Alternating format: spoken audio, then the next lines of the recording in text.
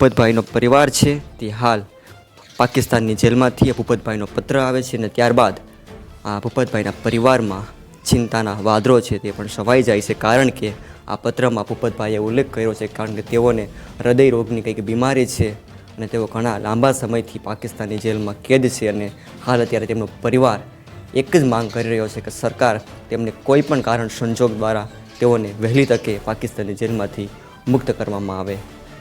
નમસ્કાર દોસ્તો, મારું નામ છે હાર્દિક સિંગોડ। ઉના તાલુકાનું પાલડી ગામ આવેલું છે। પાલડી ગામમાં અંદાજિત આજે સરપંચના કહેવા પ્રમાણે અહીંયા 7 માછીમારો છે તે પાકિસ્તાન જેલમાં કેદ છે। એમાંના એક માછીમાર છે ભૂપતભાઈ, જેઓ પાકિસ્તાનની જેલમાં 2.5-3 વર્ષથી કેદ છે અને તેઓ પાકિસ્તાનની જેલમાં માછીમારી કરવા ગયા, ત્યારબાદ તેઓ પકડાઈ ગયા હતા અને તેઓ 2.5-3 વર્ષથી તેઓ પાકિસ્તાનની જેલમાં કેદ છે।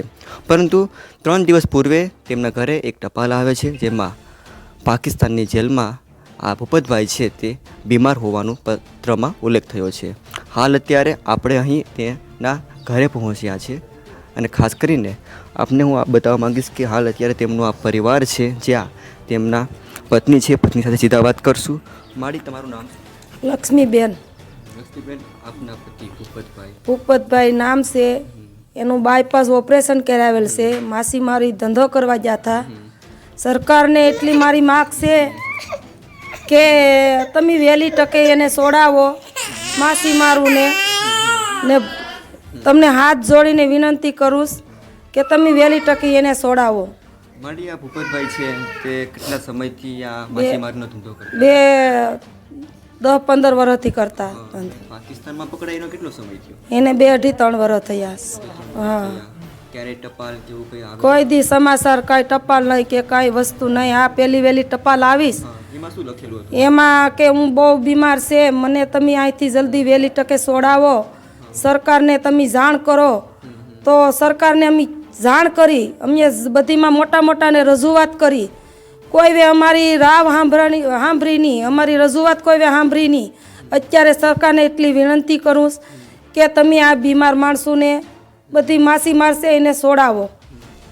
આ જે ભૂપતભાઈ છે ત્યાં પેલા ઘરે હતા ત્યારે તેમને બીજી કઈ બીમારી હતી? હૃદય? બીજી કઈ બીમારી નહીં, એનું હૃદયનું ઓપરેશન કરાવેલ છે, બાયપાસ ઓપરેશન છે। અત્યારે બહુ ગંભીર એની બીમારી છે। સરકારને શું સલાહ આપવી? સરકારને એટલી જ વિનંતી કરું કે તમે વહેલી તકે આને છોડાવો। એટલે એટલી બધી તો એનો હું ગુનો છે, સરકારને હું એટલું કહીશ કે એટલો બધી તો માછીમારોનો હું ગુનો છે તે તમે 3-4 વર્ષ સુધી જેલમાં કેદ રાખો।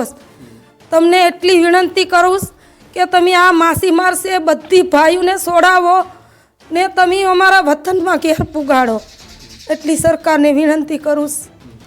જી હા દોસ્તો, અહીંના ભૂપતભાઈના માતૃશ્રી પણ છે, તેમની સાથે પણ આપણે વાત કરશું। માં, આપનું નામ? મારું નામ કાળીબેન। માં, આપના દીકરા ભૂપતભાઈ પાકિસ્તાનની જેલમાં કેદ છે? મારો દીકરો ભૂપતભાઈ છે એ પાકિસ્તાનની જેલમાં છે, એને તમે વહેલી તકે છોડાવવાની વિનંતી કરો। અમે એટલી તમારે પ્રાર્થના કરીએ કે વહેલા છોડાવો અને ઘેરે મારા દીકરાને પુગાડો।